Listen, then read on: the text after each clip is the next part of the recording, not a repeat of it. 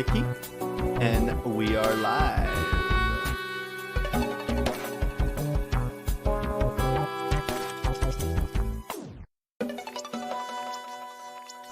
Hello, hello, hello. How is everybody doing this evening?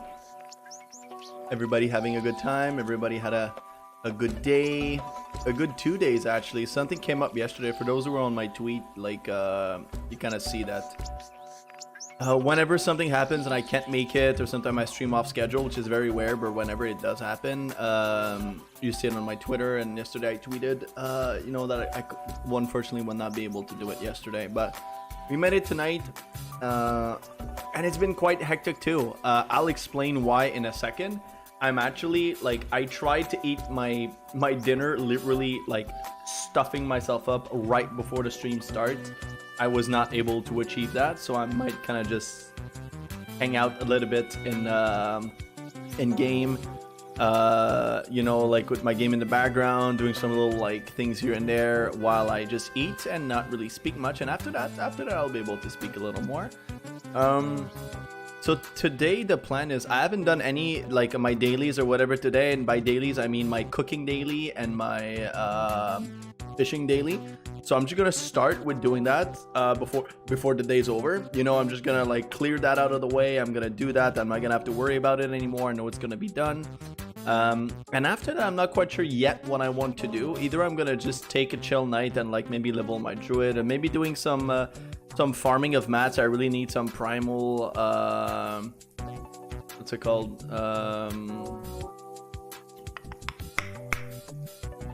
I really need some primal life, like for enchants and like all of that stuff. So I might just go on and just casually farm some primal might while I just not primal life while I just chat with you folks. So yeah, I'm not quite sure. I need some primal mana too, so I might just do that. I think it's gonna be that. I think tonight is gonna be kind of a farming thing, you know, like while I just get my stuff done. So yeah, I'm just gonna dive right into the game as I start eating. That way it's gonna give a lot of content to some content at least to watch while I'm going to be eating and not talking. So let's just dive right into it.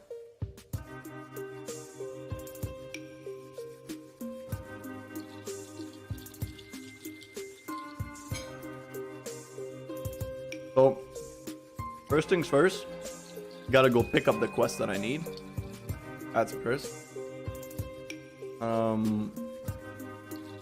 And the quest is just right here. For those who don't know, it's right by here, Omen Barlow. Actually, right before the stream started, I went to talk to him, and I'm fairly confident. I literally talked to him, and then I just turned around, ran away, and didn't take the quest like a freaking idiot. So yeah. So the first thing we're gonna do is we're gonna do that. We're gonna start with our little fishing quest, and I want to show you something, chat, that I also did in game that I think is pretty cool. I think it's pretty amazing, and it's actually gonna help me, I think, a lot.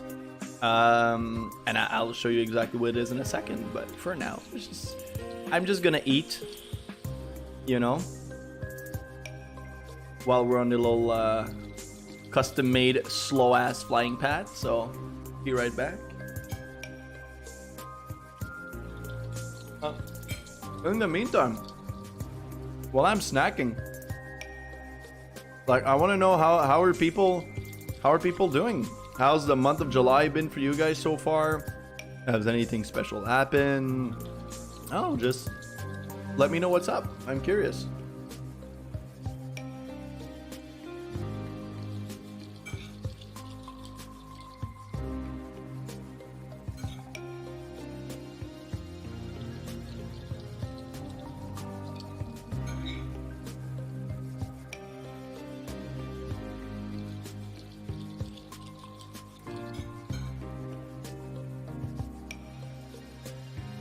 Man, I miss eating this recipe, holy shit.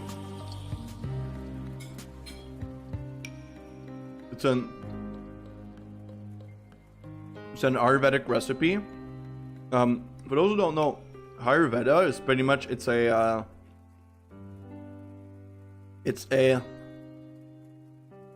medicinal slash cosmological religious-ish system that has been up in South Asia, particularly India, for thousands of years. For those who watch, Dr. K actually talks about Ayurvedic stuff quite a bit on his stream. But yeah, it's like people thought that kind of like your like your body kind of like consisted of like elements, like trying to understand how the way the anatomy worked back in the day. To do that, they were kind of like, oh, like, they didn't have like modern medicine, whatever, and they kind of used like whatever knowledge they had at that time to be able to make that happen. And part of their cosmological theory at the time involved like, the elements like air, water, fire, all of that stuff, earth, and the void, and it was called ether, I guess, ether, or whatever you want to pronounce it. And yeah, so they kind of had developed like their own system and like whatever, and part of that system is like, okay, if you're like a vata, it means you're like mostly like air and water, and it means that you should be avoiding certain types of food, you should be sleeping a certain amount of time. So it's like it determines a little bit like some of your lifestyle in terms of scheduling, but also in terms of personality traits. It was kind of like the ancient way of trying to have like personality traits, and they would just explain it by saying like, oh, you have more fire in your personality, you have more of this, whatever.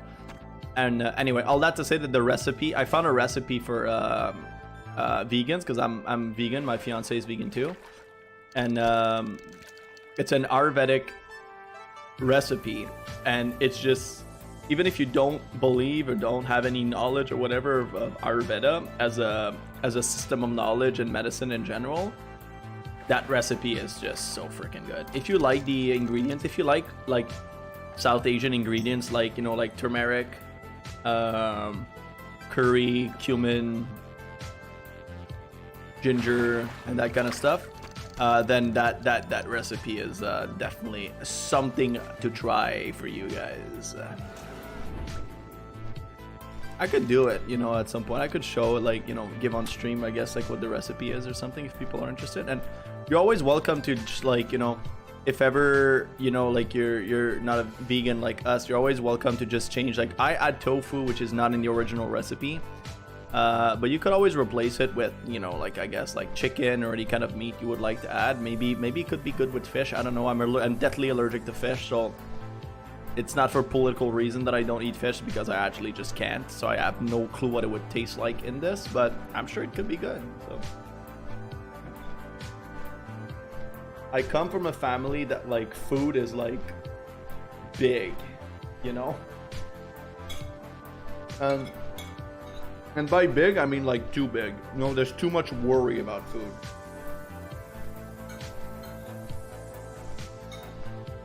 Like an environment that some of the main conversations or concerns we're gonna have today is, what are we gonna eat tonight? Not in terms of like not having capacity to eat, because I come from a privileged background, but more like, what is the recipe we would like to do tonight? And it's like a big deal just to be able to like decide that kind of thing.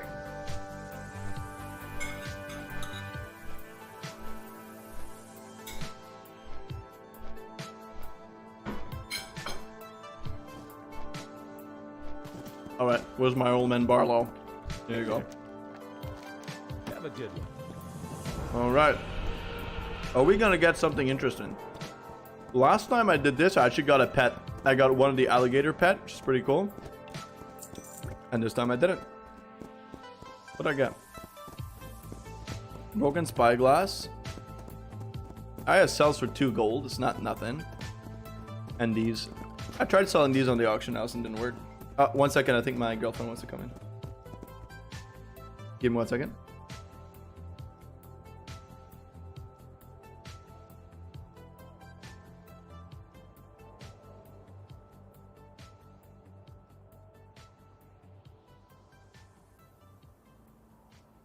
My fiance is about to get home, so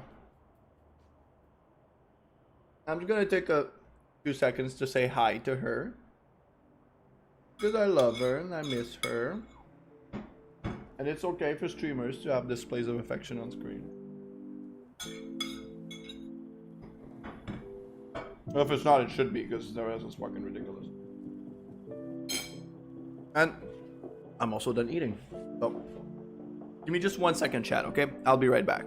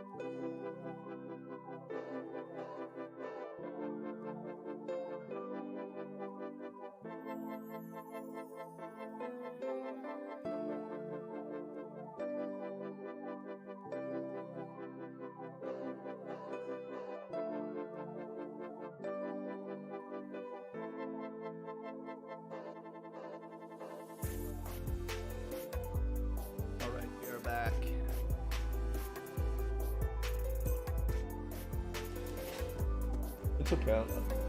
I'll do it with you later. Yes, we are back. We are back.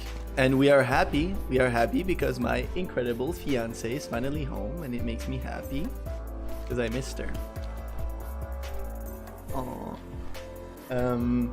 Yeah, chat. Really cool stuff that's been happening. I guess today specifically. I guess less cool stuff has been happening over the last few days or whatever, but today something cool happened. So I've been a little bit in a kind of like questioning stuff about like future, like in terms of like career, like maybe considering a kind of like reorientation, to use like less intense words, a little reorientation of like when I finished my PhD, my entire plan was always to like become a prof, and teach at university, which is unlikely to happen anyway. And I'm not sure, it's like academia, particularly at this level, is like an institution that basically like sucks your soul out of your body kind of thing, and not in a fun way. So it's kind of like I don't know how much I want to be kind of like part of this institution as like for the rest of my life, so I've been considering maybe different options of things to do, and an option that for me has been very much on the table always, but never something that I kind of took seriously, because I just don't, it's hard for me to conceive of the particular steps that would abdicate to create that. But like just a little bit about my background for those who don't know, like I'm doing my PhD right now, but my entire academic career has been defined by me studying Japan specifically, and various interests or whatever. But I started being interested in learning about Japan because of martial arts. So back when I was like 19, when I was 20 actually, I started a martial art that's called ninjutsu, which I guess some people of you might know. It's supposed to be kind of like the martial arts of ninjas, which is not historically accurate by any means, but anyway.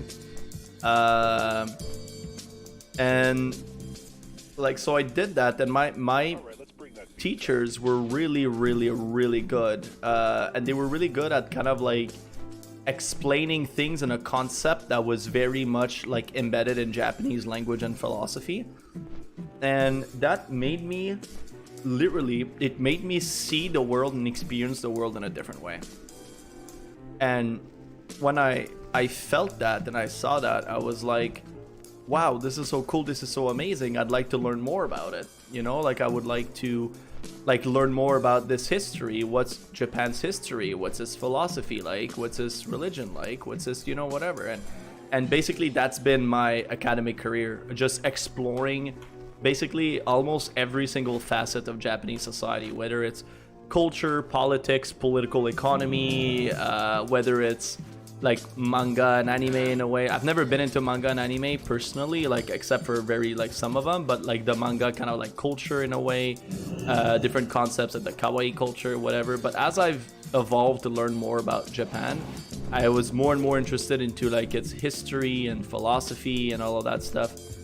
And now where I am doing my PhD is basically I translate, interpret, and analyze texts from classical Japan. So I can speak and read and whatever modern Japanese without much issue. Like I'm not fluent, but I'm good. And I've taught myself to be able to read classical Japanese, and now I'm working on translating some passages and analyzing them for my dissertation. So I've kind of like came full circle in a way that, like I started with philosophy, and now like that made me go into university to learn about history, and then I did, and now I kind of like came back to philosophy. But it feels like I've had so much like intellectual engagements with Japan and its tradition and its history and all of that stuff. But it feels like, the feeling in my body of experiencing the world in a different way is not really generated when I just like, you know, like read a book. Like it does to some extent depending on the book that I read, but never to the extent of what I experienced when I was doing martial arts, you know, like basically 10 years ago now. And there's a part of me, I always knew and wanted to go back and do martial arts once again and experience that feeling again. But I always had excuses, which sometimes are actually really like real excuses of just like, you know, financial circumstances that didn't, I was so focused on having to pay for school because I had to pay for everything on my own that, you know, it's kind of like I didn't feel like I could afford money to spend on something like that. So I didn't. And it's been like, I've been postponing doing that for a really long time. And all of the things about Japan that fascinates me is this opening to a different way of being in the world and a different experience of the world that is bringing like peacefulness and harmony to my mind, to my soul, to my heart, with a kind of like emphasis on connectivity with nature and harmony with the universe and stuff. This is like, I'm talking like classical kind of like philosophy / religion of ancient China and Japan, and also like South India and stuff. And yeah, so the more I've been engaging with it, I've been, you know, doing my own stuff, like doing my own haiku and waka poetry to kind of express, you know, like my emotions and my connectivity, my deep, when I'm being very moved by something, I kind of try to like write into poetry and use that as a means of I guess like materializing my emotions. But I've always wanted to do like martial arts again as a different way to connect with myself, with my body, with the universe and everything. But I also know that, you know, historically speaking in Japan, all these artistic means have been ways to achieve that. So like doing art and doing calligraphy and playing instrument and doing like ikebana and stuff like that, like flower arrangements, are all supposed to be this, and they're all very deeply embedded in philosophical concepts.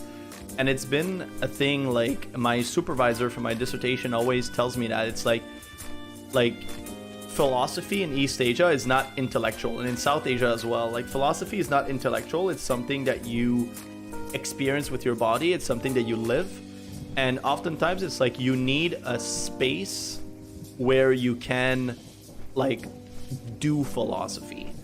And that space could be, again, it could be martial arts, it could be arts, it could be painting, it could be whatever suits you. For some people it might be, you know, like for my fiance and I, we really like to like take walks outside and just like walks and talks in nature, and there's something very like beautiful and philosophical and connecting when we do that. And like we all have our things, but it's like you need kind of a locus where like the experience can manifest itself like physically.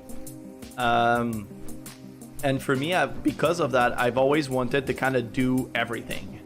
You know, like I wanted to do arts and do, you know, poetry and do read and write philosophy and do martial arts. So basically, you know, if you want to summarize in a few words, it's like I wanted to live the life of a 13th century Japanese person. Or maybe more like a Japanese aristocrat, I guess, because like common people would not have access to all of this stuff. But I wanted to live the life of like an ancient Japanese philosopher, sage, you know, like holder of wisdom and stuff like that. And it's been such a huge impact on me, on my own understanding of myself and the world and who I want to be and what I'm trying to do in this world, whatever, that for me it's like I always wanted to convey that knowledge to other people. And this is why being a professor was actually so interesting and so good for me, because it's like, oh, being a prof is literally just that. I just convey that knowledge to people, you know. I just teach them about what's Asian philosophy, what's their history, where does it come from, what's the different ways to achieve it, how is it different from you know, modern neoliberal capitalism and all of that stuff. So that's always been the interest to me in going into that thing. But I've been more and more I've been more and more delusioned by academia. What's the word, baby? I've been more and more disillusioned. Disillusioned. I said delusional. I'm that too, right? Yeah, of course I am. I've been more and more disillusioned with the reality that academia, it's like, maybe it would give me that. Maybe it would give me the opportunity to, you know, to like teach about East Asian philosophy and open people's minds to different possibilities and stuff. Like, maybe, actually. But it's like, what I would have to kind of like get through and endure and like whatever to get there. Like all the, you know, continue to like, you know, getting like kind of like ruining myself, ruining my body, ruining my like my relationships, and you know, like different forms of relationship, not necessarily like not necessarily the relationship with my fiance, but I mean like just relationship with the world in general, you know, in order to get there. I just don't feel like it's worth it anymore. Yeah. So, oh, sorry, I need to change that song. I really don't like that song. It's kind of distracting to me to hear this guy like whispering in the background all the time. But anyway, so that's been like the stuff that's been like on my mind, and you know, based on literally everything that I just said, for me it's kind of like, if I could live the life of being like living the life of an ancient philosopher and an ancient, like, you know, like Zen monk kind of thing, or like whatever, like that's what's really, really, really attractive to me. That's what kind of got me to wanting to learn about Japan in the first place.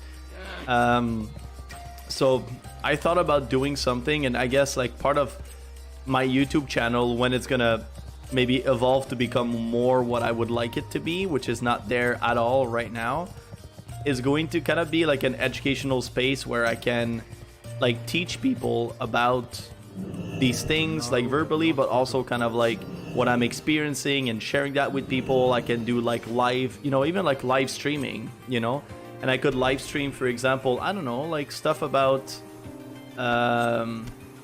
I could live stream something about like, you know, Japanese art, and even do art together and give little like tips and tricks on how to do that, and a little like tips and tricks into like how to write your own haiku and waka, and what are the principles behind it, and you know, like what's the philosophy behind it and whatever. And it feels like YouTube kind of is a platform that allows for that stuff to happen, but it's not necessarily a platform that is kind of like, I guess, like easy to like to monetize and pierce through, and like there's so many competition and all of that stuff out there.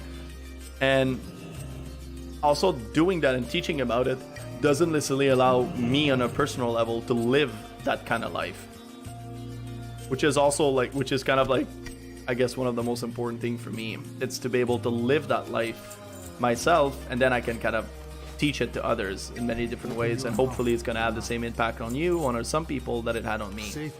But anyway, so I've been kind of like considering that as a really more viable option. And one thing that I'm kind of like thinking about right now, and I've been having discussions with that with my fiance a few times, is kind of like, what about if I open my own kind of like, you know, like Fugeki centers of traditional Japanese arts or whatever, right? And it's literally a place where like people could like come and do and learn Japanese music. It's a place where they could come and learn like how to do Japanese art, and how to like do like poetry, and they could like be taught like a traditional martial arts and the principles behind it, and we can like sit down and like do philosophy, in a place where you can enjoy like a cup of tea, right, reading a book that is related to kind of like East Asian culture, philosophy, blah blah blah. And I don't know, it's just,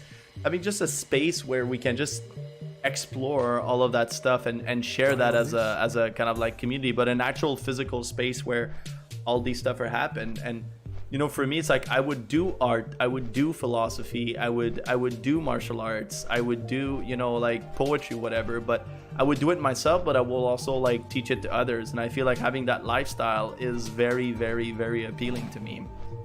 And but in order to be able to teach that stuff, right, in order to be able to teach like a traditional martial arts, whatever. Like I have to learn it myself. I have to learn how to do painting. I have to learn how to do, you know, I don't know, like all these different things that I would like to be able to teach on in the future.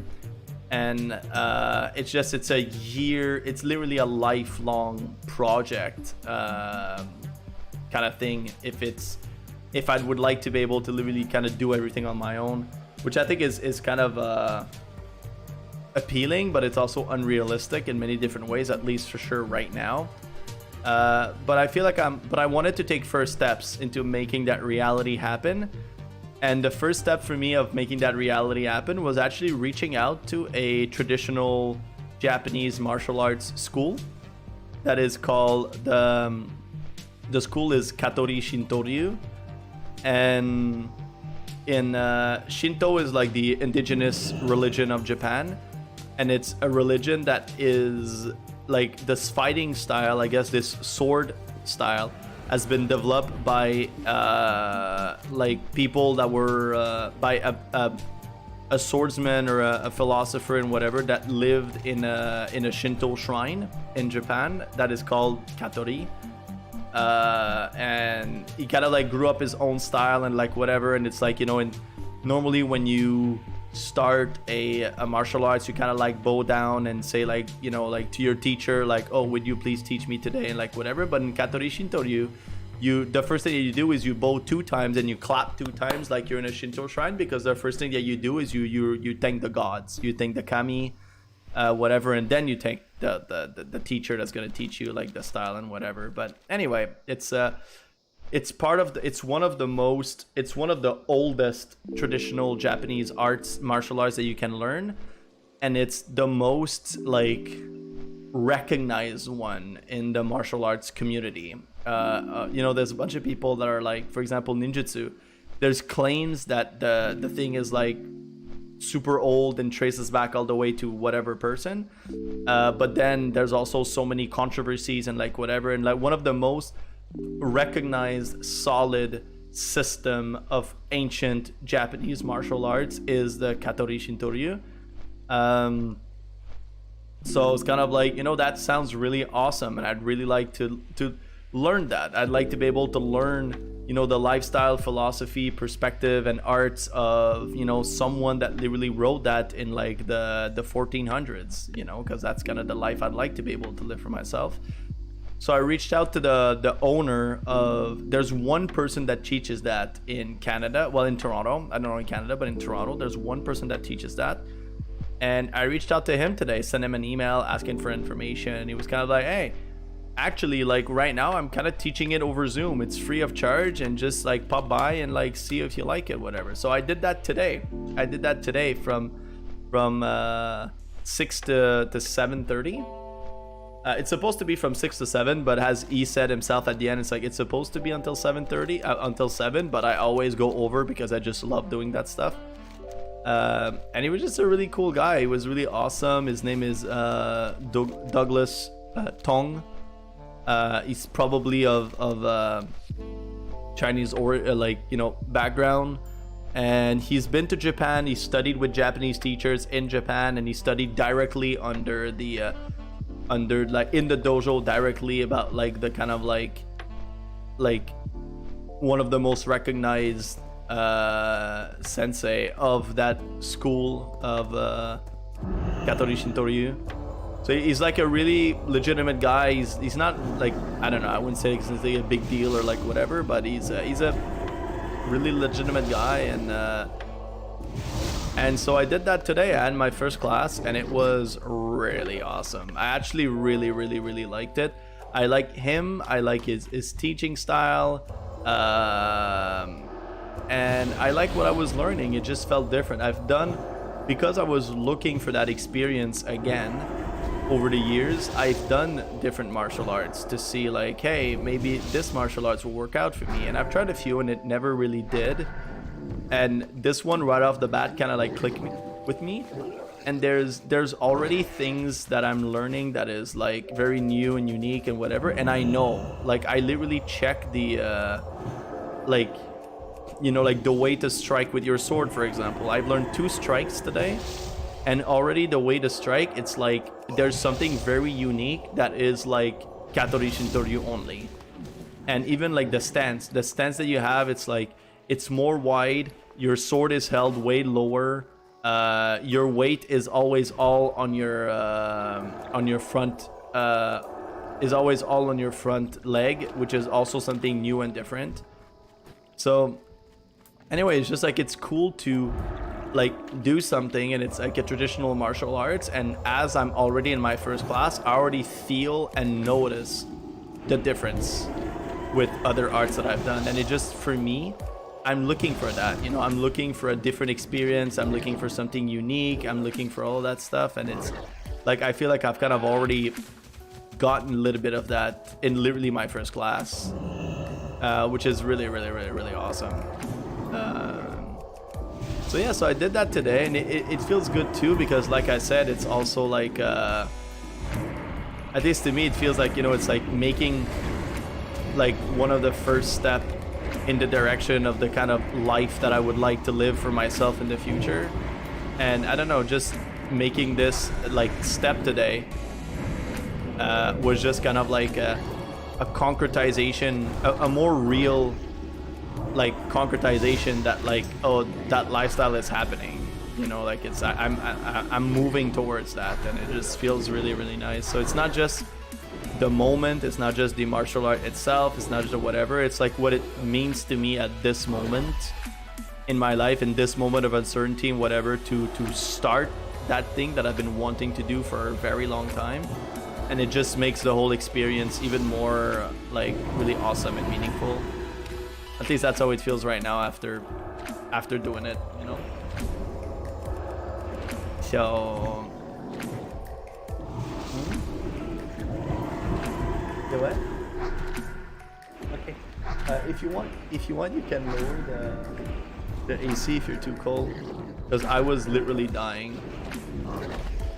No? Okay. Well, can you lower it to like the lower cold instead of high cold?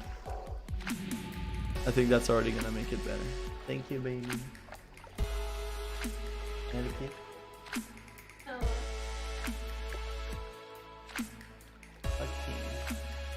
Okay, she's shy. She won't kiss me on stream chat. She won't kiss me on stream chat. It's okay. Thank you. I love you.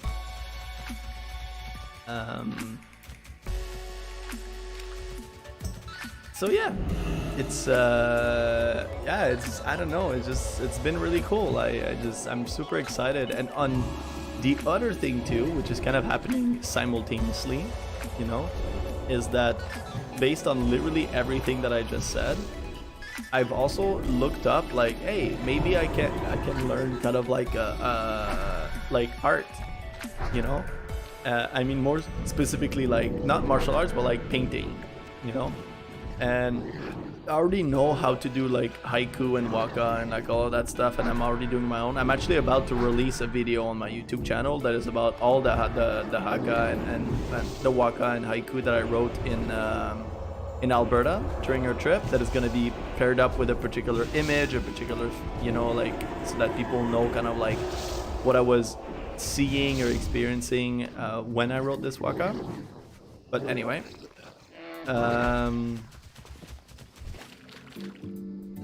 but then yeah, I was just like oh, like I didn't know when the, you know, like the Katori Shintoryu guy would answer me.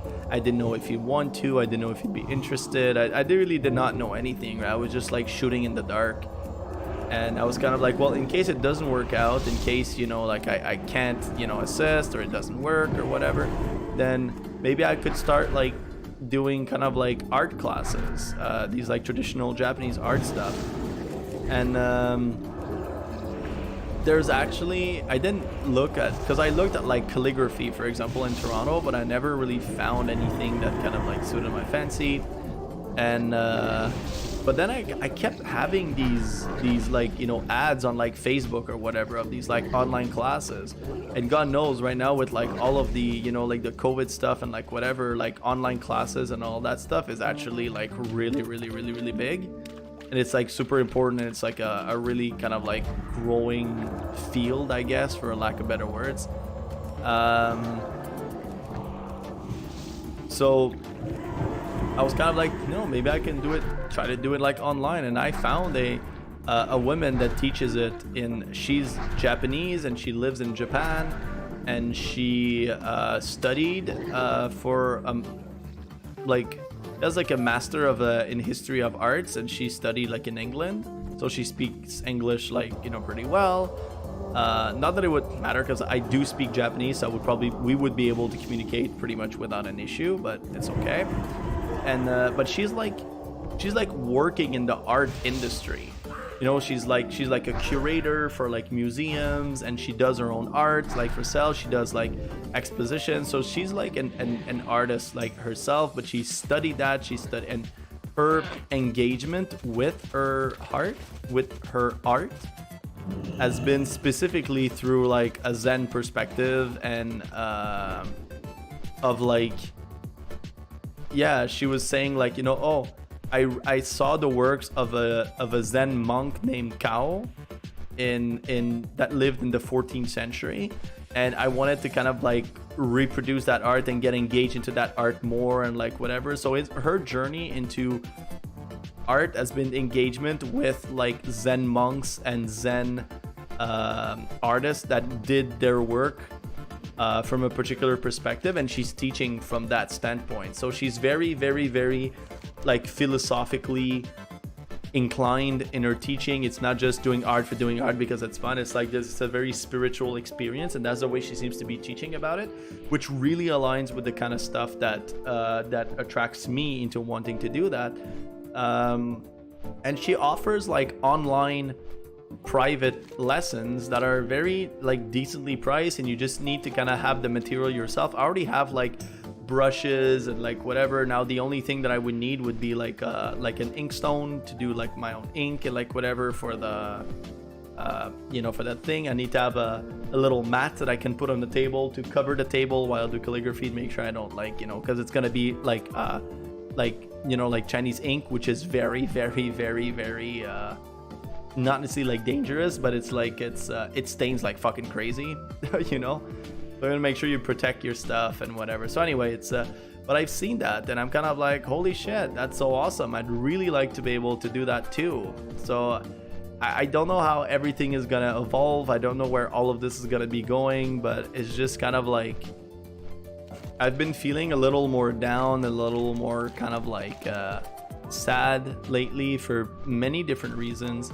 But one of them was also because I feel like my interest for my PhD kind of like dwindle, and having a harder time staying motivated to do my dissertation. And I know that it's because it feels like I'm kind of doing it with no purpose in mind, of just kind of doing it because I've told myself I would be doing it, and now I'm here and I'm like 75% done, so might as well just finish it. But I don't want to be a prof, so it's kind of like, why, so anyway, it's just I've been kind of in this limbo of uncertainty, and I've been swimming in that for a little bit now, and I didn't really properly engage with it because I didn't want to either admit that it was happening, or I didn't want to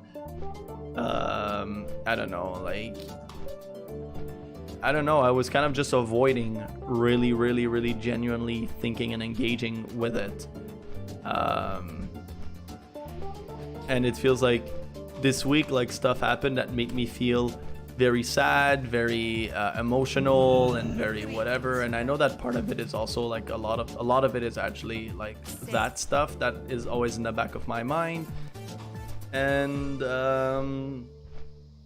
yeah, so it just feels like, I've had a very, very, very incredibly awesome conversation with my fiance yesterday, and having the conversation, and it was very emotional. I was crying, and it was like letting the stuff out, and and very kind of genuinely talking with her about this and like all that stuff. It's just made me feel good. It felt like there was like a kind of like some kind of like weight that was lifted off my chest and shoulders and whatever, and of just saying it. And it's really awesome that it's like we had this conversation yesterday, we had this conversation yesterday. And then today I'm already kind of like, you know, taking steps into the direction that like of actually making that happen and turning that into like, you know, a reality. And it just, yeah, you know, like sometimes it's like, you know, just talking about stuff and you just talk, but then like don't do really nothing and whatever. But now it feels like I'm kind of taking matters in my own hand and not just staying in the realm of you know, dreams and possible futures, but really kind of like making stuff right now in the present concretely to make that future reality. And it just feels really good, especially after feeling like not that great about that for some time now. So yeah, and it's I'm super excited, and I'm really excited to share all of the stuff that I learned with the chat, you know, with you folks, and with, you know, like the Fugeki community, and with you know, like putting stuff online, doing some educational videos about it. And that's actually the other thing that is kind of a segue into that conversation, I guess, which is a conversation that I want to put out there for those of you who are here that have been supporters for a bit. And you know, it's like I will be changing my streaming schedule. I will be streaming less than I'm doing now in order to focus more on creating content for YouTube out of my streams. So right now it's like all of my time is just invested in kind of like logging on stream and just playing for like an hour and a half, you know. But it's like the stream doesn't really grow.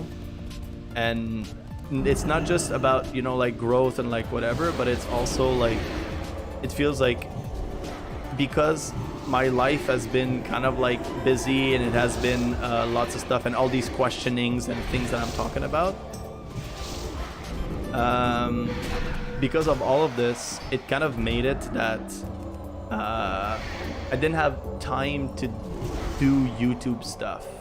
You know, the only time I had was just log in on stream and play. And then I wasn't able to kind of do guides. I wasn't able to do, you know, all the stuff that I planned to do with the channel. But also more importantly, I've literally have been sitting on, I think, what could be really cool content with like the, you know, like the tea stuff, for example, of I have this incredible script that I spend some kind of a time, you know, like I spend a decent amount of time into creating that script to make a really cool educational video, like about tea, about its origin, about the different possibilities, and just making people feel like, know that actually the world of tea in East Asia is way more than the small fraction of it that we've inherited in the Western world. And you know, like I think it would be a kind of like neutral kind of topic to start making educational content that is about East Asian philosophy, culture, history, and like whatever. And yeah, it's just that video is just not happening. And it's not happening because like of many things, but also because I feel like I just don't have the time, you know, to do it. I don't have the time. If I take the time to do it, it would be time, you know, doing it and video editing, and I don't know anything about video editing. It's very, my editing is very like what's it called, like it's very rudimentary. It's just like I'm doing my best with what I have, kind of thing, you know, which is okay. I'm okay with the content I'm creating. The thing is, because it takes a lot of time and it feels like a big endeavor, because I'm not knowledgeable enough on that and I can't do it quickly, then it just makes it that when I think about creating videos like this, it becomes more like a chore, you know. It becomes lengthy, it becomes difficult, it becomes kind of like discouraging, especially because, as I was just saying, I've been having a little down in my own work, in my dissertation. There's so many things that I need to be doing for my dissertation that I'm not doing. I'm presenting at a conference this summer, a conference from an organization that I actually really care about, the Japanese Studies, JSAC, Japan Studies Association of Canada, which I'm actually a board member of. It's like, it's an organization that I care about. And like I'm doing a presentation for them, and that presentation can transfer and evolve into becoming like maybe like a paper and a publication potentially or something like that. So it's just like there's just a lot of things happening, and it feels like I'm kind of like lacking time, and it feels like the investments that I'm doing into the stream in terms of like time, putting a lot of time into the stream, streaming a lot of different kinds of content, whatever right now, is just too much. So what I want to do is I would like to reduce streaming to probably something like 2 or maybe 3 times a week. And instead of streaming for 1 hour and a half, I will stream for 2 hours. And I want to do it at a different time of the day as well. There's so many people that told me that they would like to be able to maybe pop in and encourage me and like all that stuff, maybe like, you know, friends, family and things like that. But they literally can't and don't because like they can't and don't because like they literally go to bed when I'm streaming. Like they're not even awake, you know?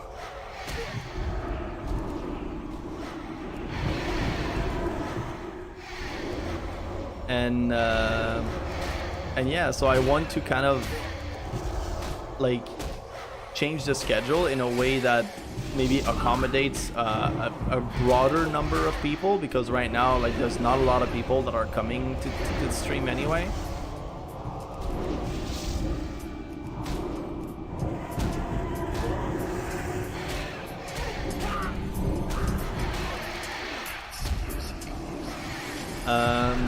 And yeah, so like the time that I would be saving, at least that's the way I'm seeing it.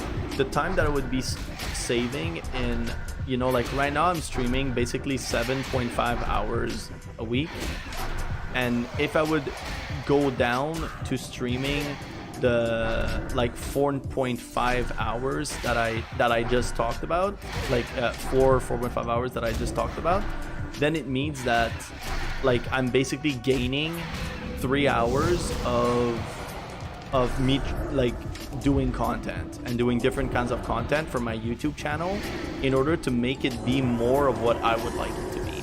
Because right now it's like there's literally no content being created on my channel except from my streams that are just literally automatically converted into a video when I'm done streaming. It's like, so the only content that's put on my channel is just like VODs of my stream, and that's it. And it's just, there's no engagement, there's no fun stuff, there's no the educational content that I was motivated to do is just not there. And yeah, I just feel like I have to give myself the chance to be able to put that content out there. And that means I have to take the time to do this. And like sometimes in order to have more time in some place, you have to just cut time in somewhere else. And I feel like right now the place that needs to be cut in order for that to happen is the stream.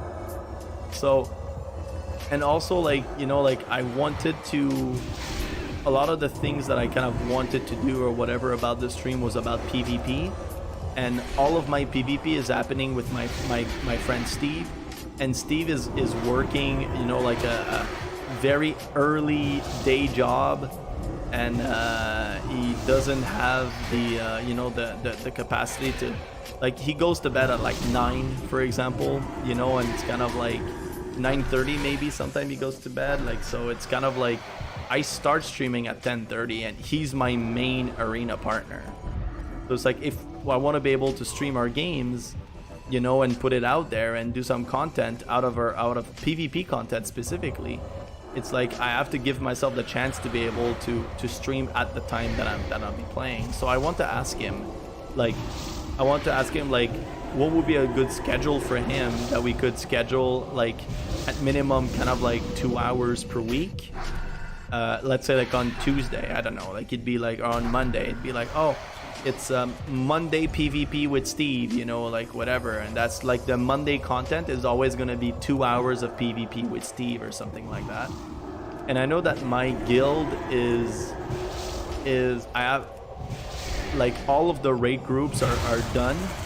Like there's no more like raid groups available, and right now the only way I can raid with my guild is basically through pugs, like pug raids that they would do, and the pug raid that they do is like on Mondays.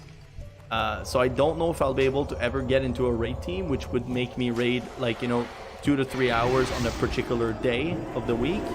Like on Wednesdays, we raid on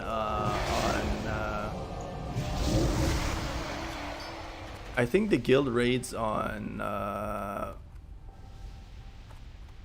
I'm not sure. I have like Sunday, Monday in mind, but I'm not sure. Anyway, so maybe eventually, if after pugging, you know, for a bit, they kind of see the value in my gameplay and they see that I'm there, that I'm consistent, that I have consumables, blah, blah, blah, that it'll be like, yo, how about, like, you know, there's that guy that hasn't been consistent on our raid team, so how about, like, you take the spot, and then maybe, like, that's gonna change. But there's a chance that it would be, like, you know, one stream would basically be the raid, one stream would probably be PvP content, and then maybe there's gonna be a different moment that I'll be able to stream for maybe, I don't know, an hour, like whatever, but they would be like, you know, another kinds of content.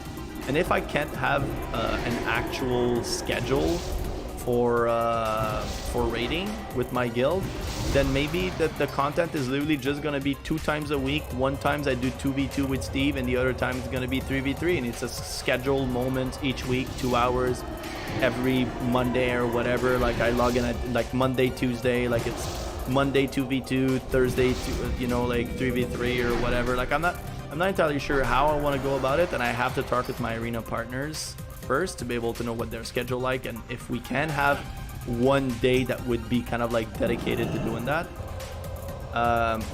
So for now, I'm going to maintain the schedule that I have for now until I've kind of like figured things out. And when I'll have figured things out with you know, my partners and my fiance and like all that stuff, and see like what works for us, then I'll come back to the stream with a decision. And but I'll let you know kind of like as soon as I know, kind of thing, you know.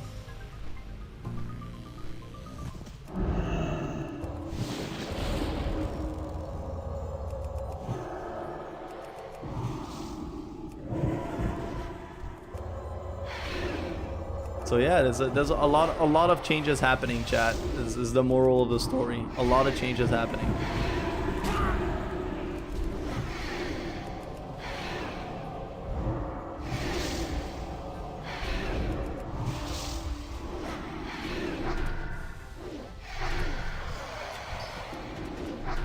A lot of changes, but from my perspective, they're fun and incredible and very important changes. So it's not necessarily changes that, you know, that's like forced, that you're kind of like reluctant. It's choices of my own volition to try to set myself up to live the future that I want to live. So it's scary, but it's also very exciting at the same time. So stay tuned. But yeah, so the thing that I wanted to talk, so that's like the first thing I wanted to share that with you folks. I wanted to share, you know, what's happening with me, what's going on with like my life, where I'm at right now, the kind of decisions that's happening, what I'm, you know, like what's been on my mind. You know, it's important for me that my community kind of knows that stuff and knows like how I feel, and so that's, you know, y'all are always coming in hot, you know, with sharing like what's happening in your life and your perspectives and like, you know, raw times, whatever. And it's kind of like I think it's important that we have this kind of like exchange, you know, that we stay truthful and honest with one another, and we tell each other, you know, when things are good, but we also tell each other when things are rough, you know. And I think that's what a very strong community is going to emerge from, us being, you know, like honest and sincere and straightforward with one another and genuine. So that's what I want. That's what I want, you know, the Fugeki community to be like. And so far I like my community. I feel like the people that are here, that are, you know, like popping by like more regularly, like whatever, are all people that I've really hard time, like not hard time, I have a really fun time talking with, and I'm having a blast. And every time, you know, like people log in, I'm happy, and I want to know what's happening. I want to know if, you know, the problem they had last week is solved this week, and if, you know, everything is okay, and if they're happy and satisfied and whatever, you know. It's very important to me.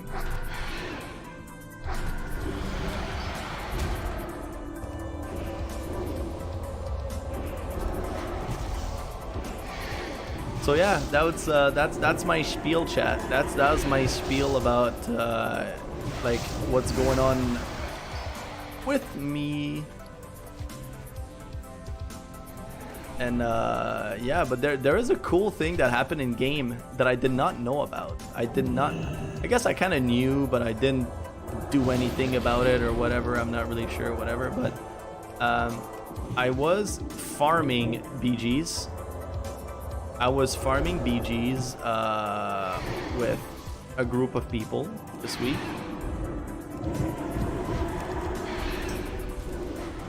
And when I was in the process of farming BGs with these guys, one of them said, oh, does anybody have the pattern to do unyielding bracers? And I was kind of like, what the fuck is unyielding bracers? So I looked it up, right? I looked it up. And these are cloth bracers that require not too crazy ingredients. And the bracers give you 12 resilience. And the socket is a yellow socket, which you socket for 8 resilience. So it's basically a 20 resilience bracers. And I was kind of like, dude, I've been like fishing for resilience so much. And I literally just managed to kind of pull off having like barely 100 resilience. Like I had like 99, I think, or 95 like resilience or something like that. I was like just on the edge, okay? And then I was like, holy shit, okay, like let's check these out. Maybe I can do it. And then I just saw also, if you paid attention and notice, these bracers, they come in a set. They come in a set with a belt. And if you have both of them, it gives you 20 additional resistance. And I was kind of like, holy shit, that's very good. So I went to look at the belt, and the belt is very expensive. The pattern is very expensive, but the belt is very expensive to craft. And it gives 20 resilience and like 2 sockets and 32 healing spell power and a lot of stam. So it's kind of like, dude, just putting these two things together, like literally putting these two things on, one gives me like 12 plus 8 plus 12 plus 8, which is like 20, and the other one gives me 20 plus 8, it's 26 plus 8, 36. So I have 56 resilience that I get just from these two pieces, plus the set bonus that gives me 20 more, which is 76. And I was like, no way. Like, this is absolutely ridiculous. And I farmed, for those that did not know, I managed to get enough honor points because I did farm BGs. I still need to farm way more, but whatever. And I farmed BGs, and I got myself the 2-minute trinket that also gives 20 resilience. So if I put it all together, look at this, okay? See, defenses, resilience 0. Look at that when I put my gear, okay?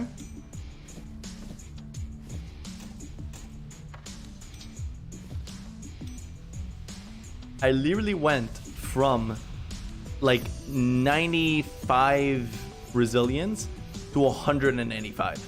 I increased my resilience by 100. I repeat, I increased my resilience by 100 in literally one day, just because of the bracers and the belt. It cost me a lot of money. It cost me a lot of, not money, a lot of gold to do, but holy shit, was it worth it. And I'm really, really, really, really, really excited to see like how that's gonna help us now in PvP, win games, and like whatever. I know that basically it'd be more important that Steve has like a lot of resilience more than me, but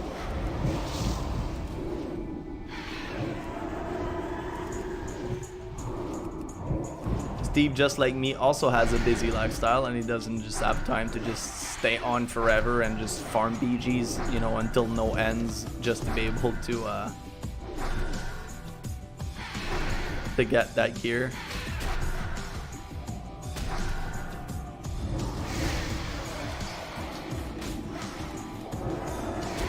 But yeah, so I'm really excited. It feels like, you know, it's been like, you know, 2 weeks ish and like whatever, and I'm I'm also, when I'm gonna be 12k honor, so only 4k honor, which is not in too long. It shouldn't take too long for me to get 4k honor through like farming BGs and stuff.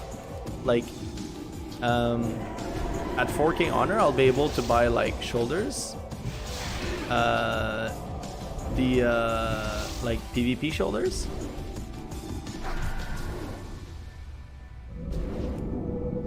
Or like PvP gloves. I just need Alterac Valley Marks of Honor, which is an actual really fucking pain in the butt, but whatever. Like the best would be for me to buy the gloves, which are 11k or 12k, and then the other thing is also 12k. So it's like I'm also like just a little shy from getting my first piece of PvP gear.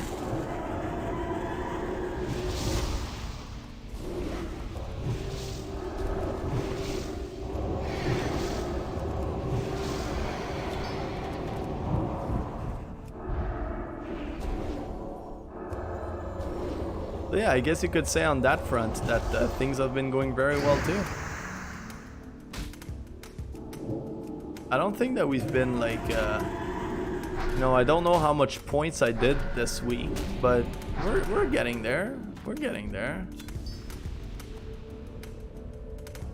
I don't think next week, but maybe in 2 weeks I'll be able to buy my first piece. But again, it's like, you know, if I have, so the way it works is the level 70 sets, the one from Arena and the one from BGs, the set bonus are shared. So if I have, or at least that's the way I understand it. So if I buy like the shoulders with the honor points and I buy the glove with the arena points, then that would give me 2 pieces of the set, and 2 pieces of the set already gives you like a bonus resilience. So let's check. PvP. I think it's this one. No, it's this one. So yeah, 2 pieces is actually 2 pieces is actually 35 resilience. That's insane. But why is this? Ah, okay, I see. Season 1. There we go. That's more like it. Gladiator's Mooncloth Glove. And then the other one is Honor. Grand Marshal's Mooncloth Glove. So I'm pretty sure that they share. I'm pretty sure if they do, then that's really cool, because it means like after buying like 1 piece, I'll already be kind of like, you know, almost 35 resilience more.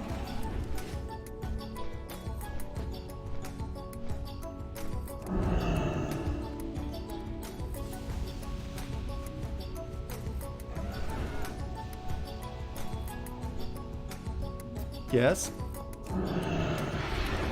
Pardon? Yes. Why?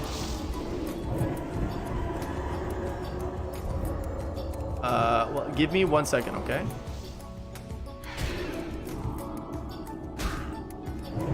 Well done.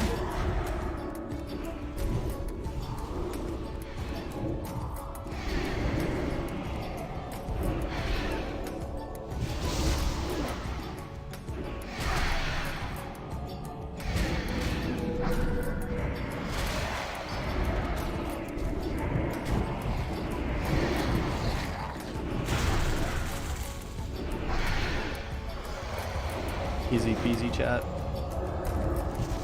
3 mobs all at once. Priest life. Priest is actually OP for, not OP, but whatever. It's really good for like farming and like all that stuff because it's so consistent. It's like, it's consistent, you have mana regen, you have a lot of like mana saving cooldowns, and you have, most importantly, You have like, you know, lots of like defensive, you have good damage, you have healing. I don't know, you just have everything to be able to like do a decent job. You don't burst people down as much as like other classes, but like I've seen a lot of like mages do like mage farming and like whatever, that sometimes they're kind of stuck attacking like one mob at a time. And when they do, if they do decent damage, they have to drink like all the time. And like me, I can kill like, if I manage my thing correctly, I can kill like, I don't know, like 7, 8 mobs easily without having to drink.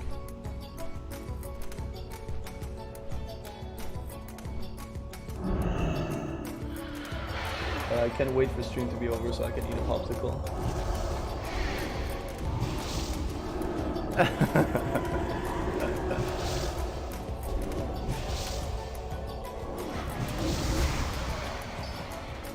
See, Chad, that's a sign that you know that you're in a really amazing, healthy, fun relationship, is when you can be with someone that purposely looks at you to make you suffer and then laughs at you. That's when you know you have something good going on.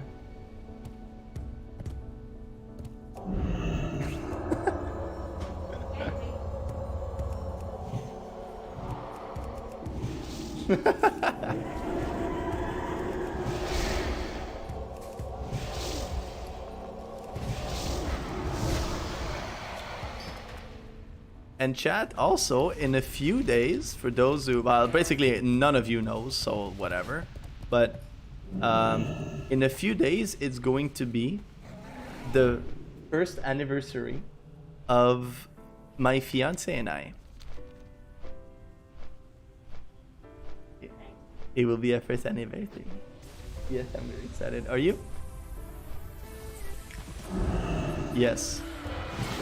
If I survive 1 year, means I can survive anything.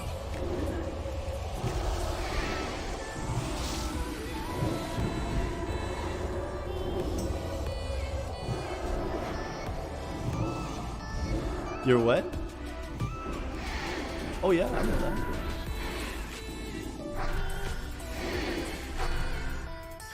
By the way, baby, you can move my stuff if you want.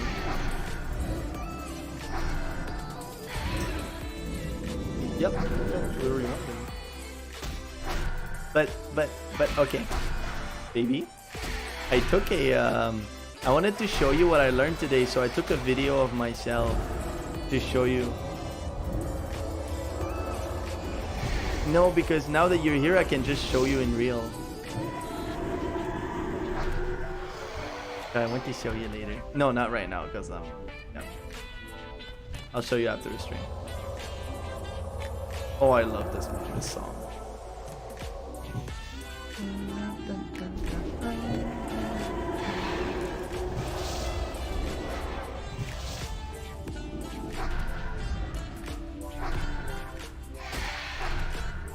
And I think I did a thing that's actually super helpful, and I think I'm gonna do it literally after every single classes of my Katori Shintoryu. Is like, in order to, because I'll need to practice like extensively between classes, and it's like, in order to remember what to practice and to make sure I kind of get it right, whatever. Then what I did is I just filmed myself doing all of the moves while talking to myself, giving me the advice that the sensei was giving us. So it's kind of like, because I was like, oh, I can like write it down, right? Write it down. Okay, the first move is whatever. It's like, I should just film myself, because then I'll have like an actual visual guide for like practice.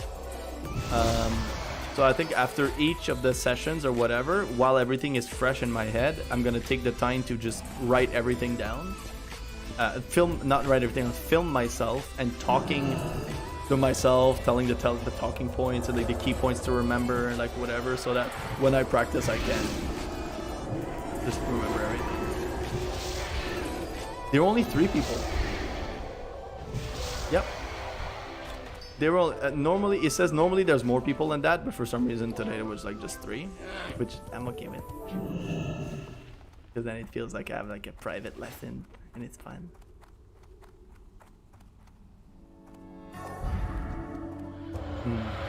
Are you?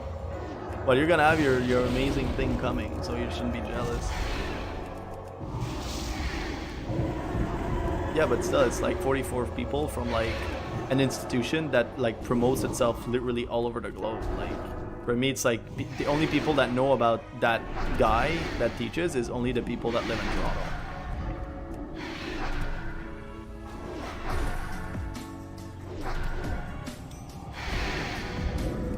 I guess. I don't know. I think they're both as cool.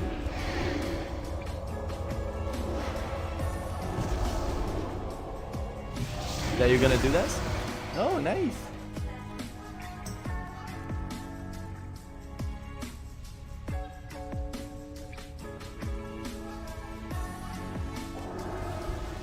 Yeah.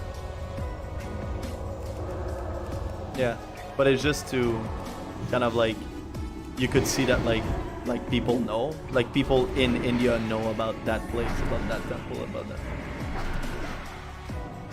Yeah.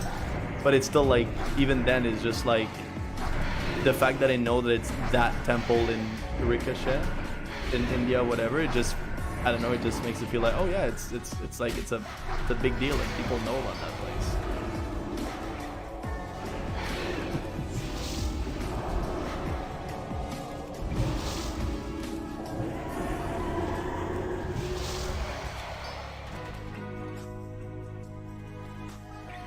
And it's also because like when I was doing the martial arts class earlier,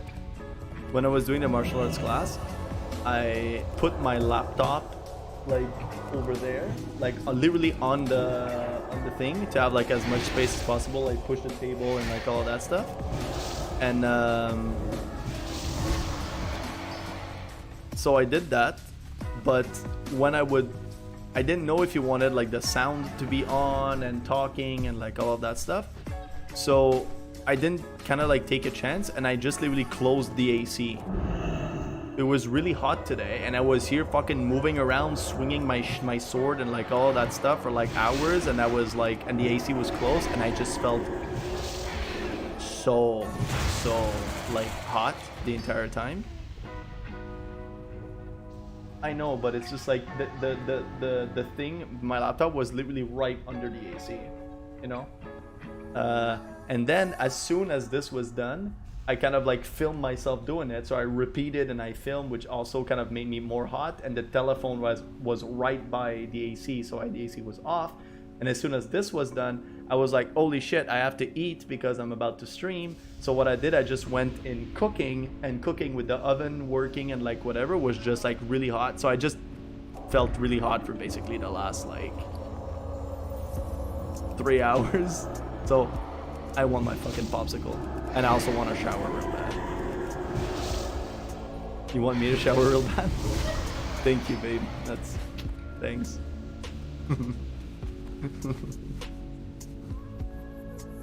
I know.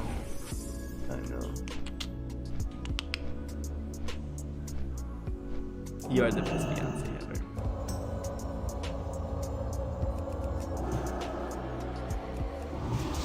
They're watching This Is Ito Pino.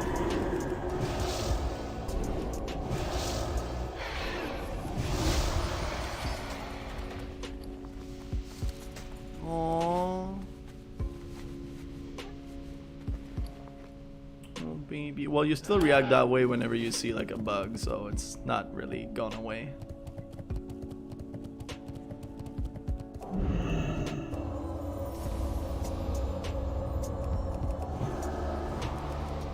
Alright, Chad, we're almost done with the farming. I'm gonna try to get to 10 motes of mana, and either I'm just gonna farm until like, you know, like 11:55 kind of thing for another 10 minutes.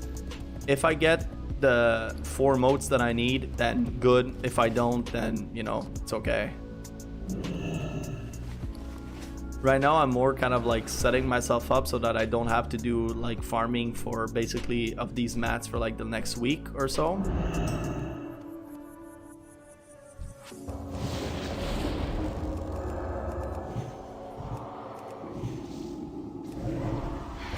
because I will be playing less, but I will also be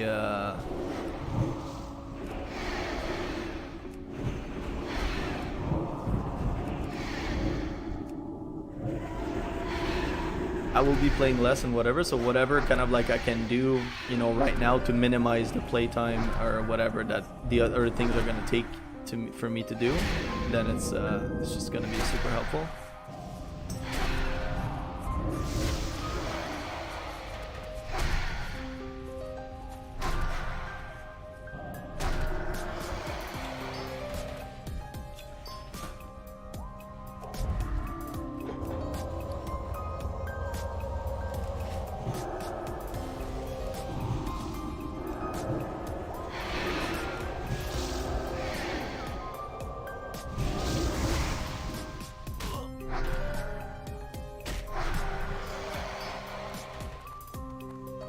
Alright chat, will we be getting the 2 motes of mana that we need? Will we be getting them? Or will we be left short of 1.5 hours of farming and missing only 2? I have 3 in my bank, so it's like worst case scenario, you know, it's like there's always that, but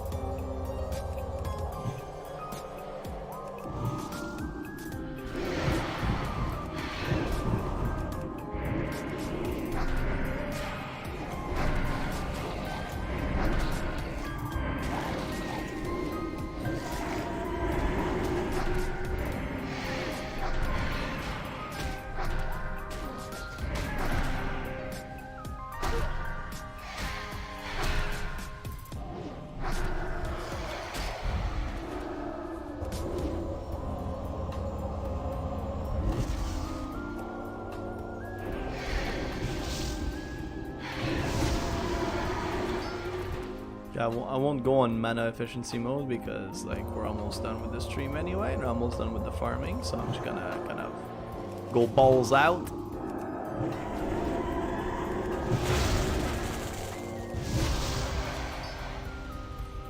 I knew it. Stupid thing.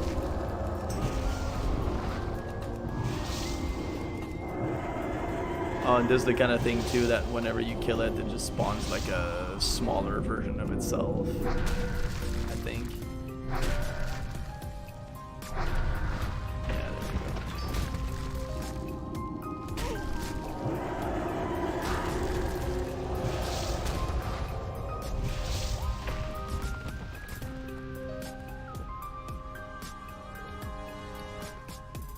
Alright chat, let's say like 2 or 3 last mobs. 2 or 3 last mobs, and then I'll end the stream.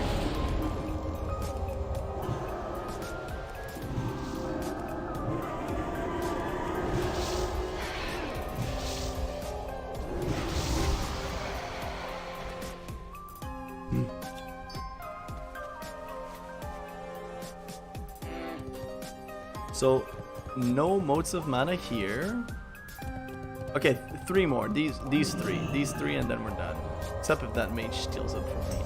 Piece of crap.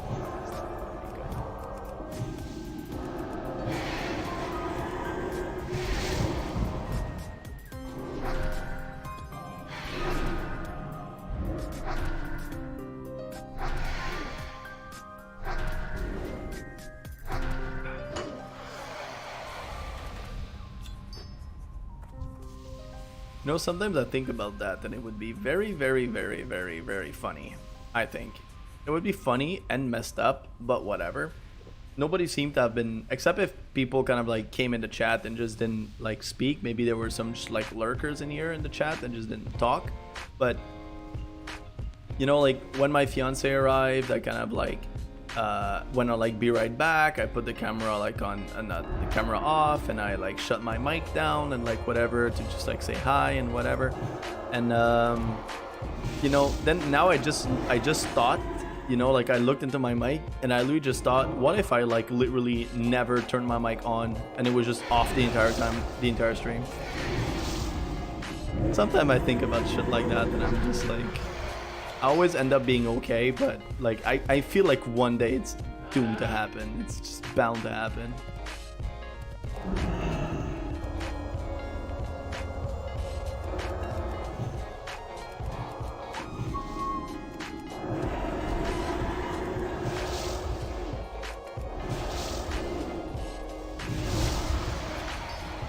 Ooh, one mote of mana.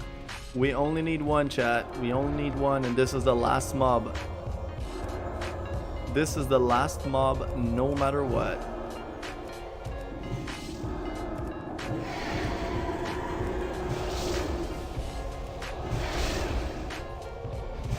Okay, baby, your call. Are we getting it or not? It's the last mob. I just killed a thing in the game, and I'm hoping that one item is going to drop. It's my last chance for this item to drop. Do you think it will? You think it will? Okay. Fiance says yes. Is she right? She's not. But I'm gonna kill another one just for the luck, because it's there.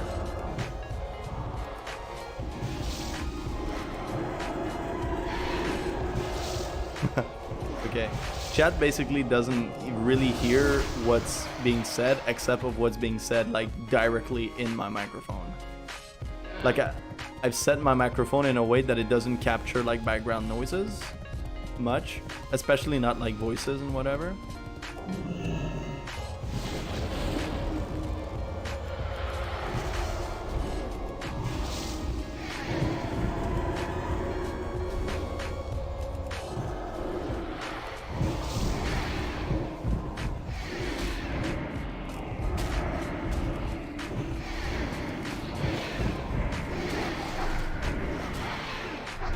Alright, chat, last mobs.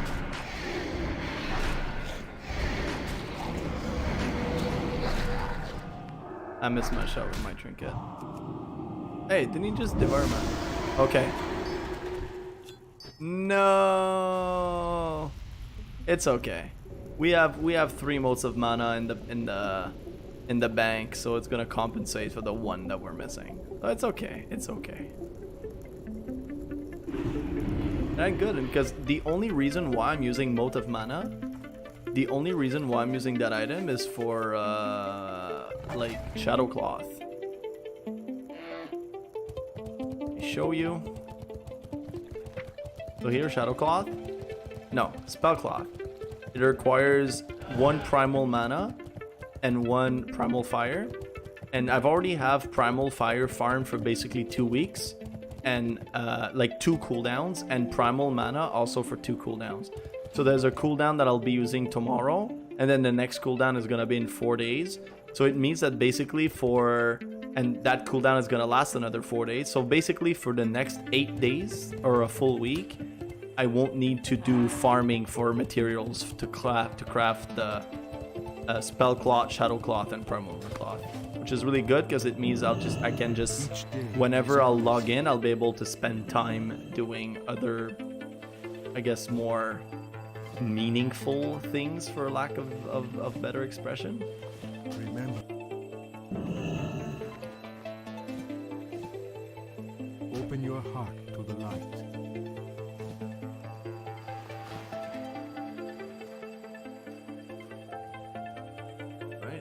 Disenchant these 2 things. Arcane dust. Okay. Oh, the other thing that I need, chat, is I need primal might. I really need primal might because I need to craft the rune internium rod, but also because I need the white mend set, and the white mend set requires like 5 primal might for each pieces, which is like a lot. I need to give this to Steve too whenever he's gonna be logged in. The Naru have not forgotten us. Guide those this way. I turned all of my quests, right? I got my fishing quest done. I turned my fishing quest. I turned my cooking quest. Awesome.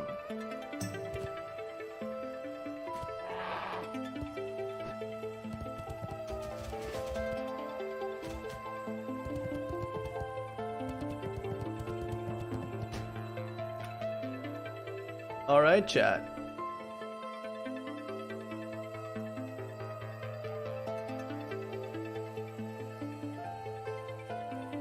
All right. So, today was more of a chill stream. You know, like we didn't do anything too crazy in game. No PvP, no BG farming, none of that stuff. But I'm happy that it was kind of an easier stream. You know, do something chill in game that was just relaxing. It allowed me to kind of like, I guess like get in advanced a little bit. Like, you know, like for the weeks to come, it's like the farming that I did tonight will allow you to not have to do farming at all for the next, basically for the next week, which is for crafting materials, which is really awesome. It's kind of a little bit of a game changer for me, knowing that I'll be spending like less and less time in the game.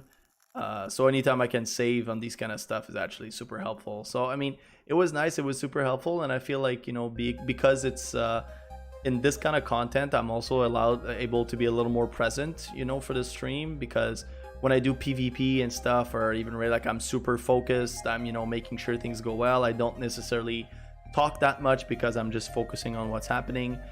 So when I do something in the game like that, that's easy and chill and relaxing, then it's kind of allows me to talk a lot more, to be a lot more present and verbalize my ideas.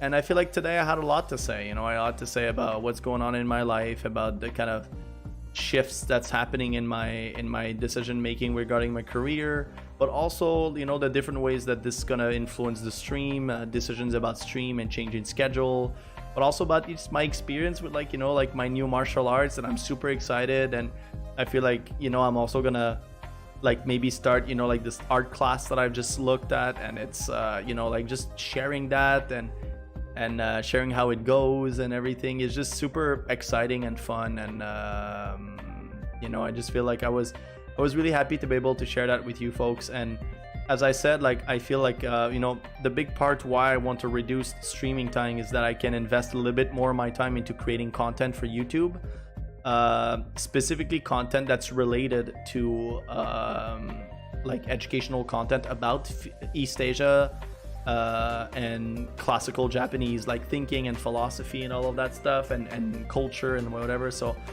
I feel like me engaging in art and starting my own thing and exchanging with you with like the martial arts and what I'm learning and like whatnot, it just participates into all of this, right? It gives me more knowledge and more capacity to transform my everyday experiences into content for you guys to enjoy, but also to kind of like a little bit live that experience with me, you know, and we can exchange on that. Then maybe it's gonna trigger a little something in you too, to try to want to do these things yourselves and try it out, and then we can exchange on that. You know, that could be something really awesome. I could even do a live stream, you know, if you folks are interested into something like that. And if you know, like, I could do a little live stream that I would teach you, I don't know, the kind of like the basics of what I learned about like how to do it's kind of like Japanese ink painting, because that's what I'll be doing. It's ink painting more specifically.